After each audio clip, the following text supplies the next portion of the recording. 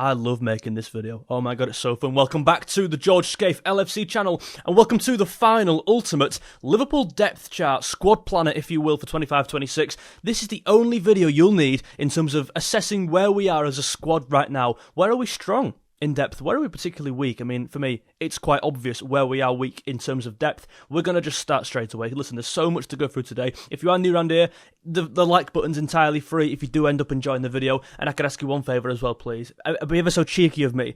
Would you be able to subscribe to the channel if you enjoy what you are seeing here? We're very close to 19,000 subscribers. There's a small favour from you to me. Thank you very much. I really appreciate that. It's a really great gesture. Listen, goalkeepers, we're fine. There's 4 goalkeepers there. One of them is already world class. One of them has the future, by all accounts, Mamardashvili, to become world class. And then Armin Peichi and Freddie Woodman take up the backup slots. Listen, that's great. Let's move on. Let's not waste time. On the goalkeeper slot, we are absolutely set up there. Set up. Oh my god, what a platform we can build off of. Let's go to right back now, and we look at Jeremy Frimpong. We look at, where is my mate Connor Bradley, number 12? There he is, Bradley, number 12. And listen, I'm going to throw in Dominic Szoboszlai here now, because he's played there the last 2 games, and for me, he's been man of the match in arguably both games. I think maybe Van Dijk against Newcastle, but certainly the Arsenal game, he was the best player. Listen, Szoboszlai is our Swiss Army knife. He is the James Milner of 4 or 5 years ago, just for me, a bit of a better player, to be honest with you. In terms of the physical attributes, very similar to James Milner. Both runners, both, I assume, absolutely piss up in the bleep test, or the Cooper run, whatever you call it, at the start of the year. I assume they both won that. They can both play in a different variety of positions. They're both a kind of plug where they can fill in all these holes, and that's a great asset to have, especially if you're going for a title. A player who can do so many things is so useful. You've then obviously got like Bradley and Frimpong, who are more natural right backs. Certainly Connor Bradley. Frimpong, you can maybe argue, is more of a natural wing back. He played there at Leverkusen. He wants to go and impact the game high up the pitch, and maybe even get further forward than Salah at times. We've seen in at pre-season at various times against Palace as well. That's a great, actually, in fact, when you look at depth in our team, it doesn't really get better than right back. We are absolutely set. And listen, we've lost the right back in the summer. We've lost Alexander-Arnold. Have we filled the hole? Yeah, with Frimpong. Directly, we've gone man for man there. But in terms of maybe the asset that Trent had in terms of passing the ball, is that kind of quarterback role, them great sprays of the ball. I don't think we have that in this right-back slot anymore. That was until Szoboszlai kind of showed he could play there. Some of the passes, oh my god, some of the passing display against Arsenal and Newcastle, that long ball into Wirtz there is such an ideal asset to have, and it really offers balance here, because Bradley, as good as he is, doesn't particularly do that. Frimpong doesn't really want to do that. He wants to get forward and run with the ball. I think we have every single angle covered here at right back, and I think it's an absolute joy to kind of be a fan of a team who literally don't have to worry about one position. We are so well versed. Any of the 3 could come in and we'd be laughing. Listen, I mean, I looked at our squad list thing, and Calvin Ramsey's still in our squad. So I'm going to leave him out for now, but he is still on our website, so I don't know what's going on with him. Centre-back, I mean, let's go to left-back, we're there now. Robertson, to be fair, we're not even finished with the right-backs, really. We can come back to it in a second. Right, oh, mate, this is a sad time. Tsimikas on loan, he's gone. Oh my god, I just removed Harvey Elliott before, like up here. I felt really, really sad, guys, I'll be honest with you. We've got 2 left-backs now. We had 3, great depth. I still think 2 is absolutely adequate depth. We were a bit spoilt, to be honest, with Tsimikas in the team. That's good enough depth to take you through a season. If we play, I don't know, 60, 70 games, Kerkez plays 45 and Robertson plays maybe 20. He's a great 20-game player, Robertson, right? In terms of even coming on off the bench to see out a game, he's got that, he's not wise enough, he's not Dumbledore or something, but he's an experienced pro. He's well liked in the dressing room. He's the captain of his national team. They're all great attributes to have in the dressing room, right? And again, he knows what it takes to win football games, big games as well. He's been there. He's won everything. He's got every t-shirt available. So having that also as an option underneath Kerkez, like as Kerkez to kind of model his game off of as a role model. I mean, it couldn't have asked for a better left back, really. Surely that's a really great partnership, in my opinion. And listen, have you got a midfield player who could play left back like Szoboszlai could play right back? I mean, I'm not even surprised he could play there. Probably do a job, right? You haven't really got a midfield player who could fill in there. I look at right back, and let's go back to it briefly. Listen, if both 3 of these players got food poisoning, who's playing right back? Jones is probably your answer. And then you look at someone like Endo. Maybe Endo's your answer. And then you go someone like Gomez. I mean, to be fair, Gomez will be before those 2. But it's like we've got 6 players, really, who could. I'm not saying they should at all. These players definitely shouldn't. They could play right back. Even I've seen Leone thrown around as a potential right back option. Like, I think we should chill out a bit with the right backs. I mean, Jesus, the whole squad's playing there. Paige will be playing there soon.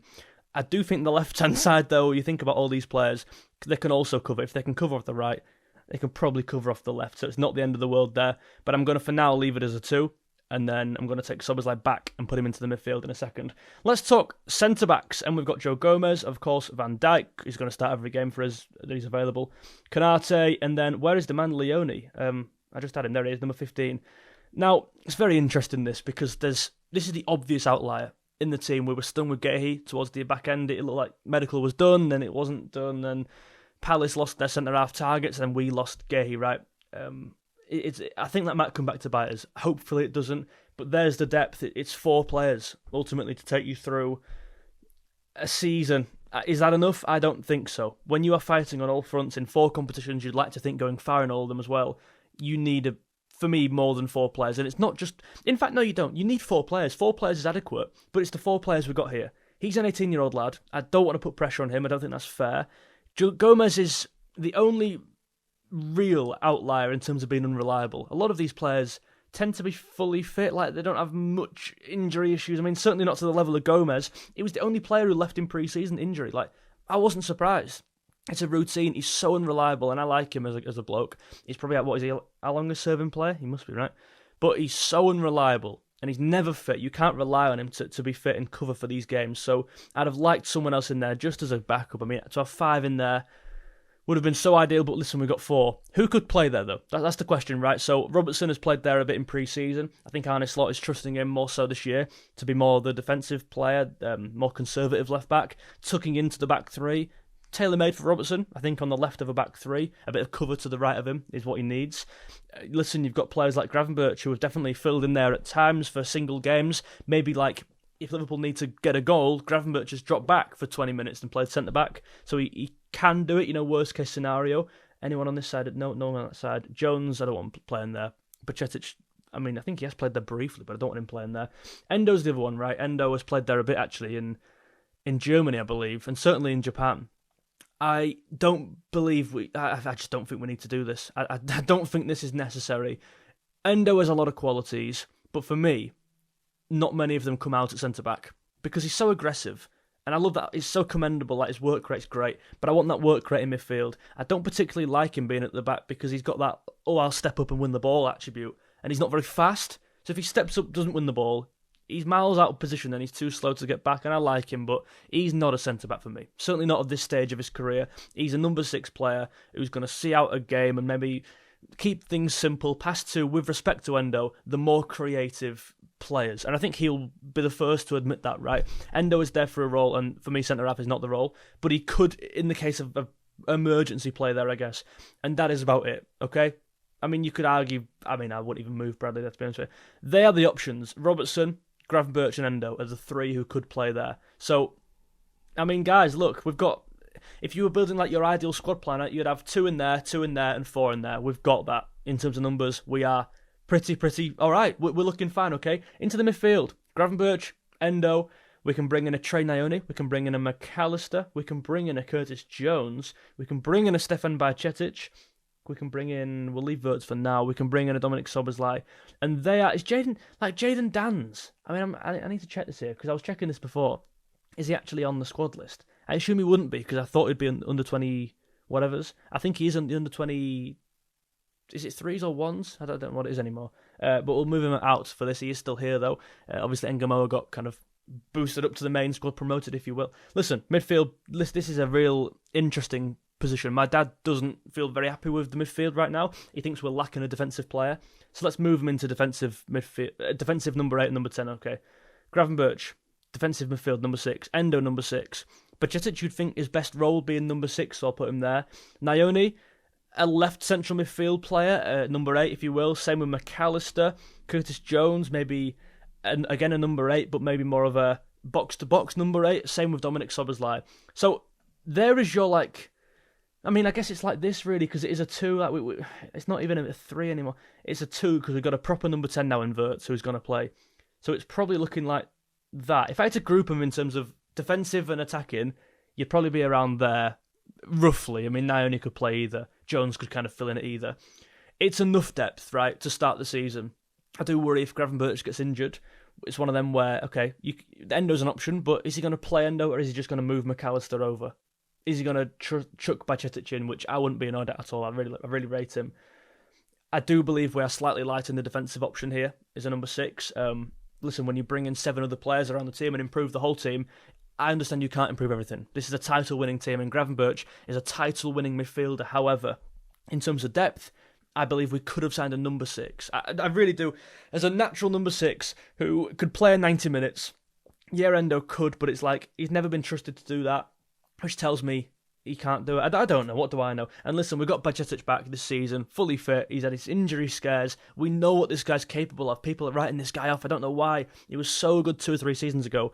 He's back now, okay? Number 8, really good. I mean, how strong is this, right? Jones. Obviously, Harvey Elliott has now been sold to Villa on a loan with an obligation to buy, so he's gone. McAllister will start the games for us. Szoboszlai, it feels almost strange putting him in here because he won't play as a number 8. He might play as a number 10. He might play as a right back, but... Sorry, he will play as a number 8, but he might play there and he might play there. It's like, where do you put him into this graphic? Right, we'll keep him there for now, in the middle of the pitch, but just know that he could play in a lot of these positions. Jones, great option as a backup. Jones played in big games before, Slot trusts him. I think that was why Elliott wanted to leave, because he was clearly second choice to Curtis Jones right off the bench. For now, it's not terrible at all. In terms of players who could play in the midfield, if needed... Listen, Wirtz could do a job in a number 8, I'm sure. Like, if all these players got food poisoning overnight, Wirtz could play there. I don't think anyone would be like, what the hell's he doing there? He's coming deep enough right now to receive the ball. You know what I mean? I'm not saying he will play there. I don't even want him to play there, not even once. But worst case scenario, if he fills in there, no one's crying.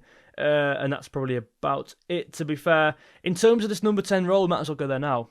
Wirtz obviously can play there. Now Ekitike can play as a kind of false 9. He's shown a lot of attributes which make that position work for him in terms of dropping deep for the ball, the link-up play, the hold-up play. He's very good there. So as a number 10, I mean, I think that's definitely an option. I really do think that. I wouldn't write it off, certainly.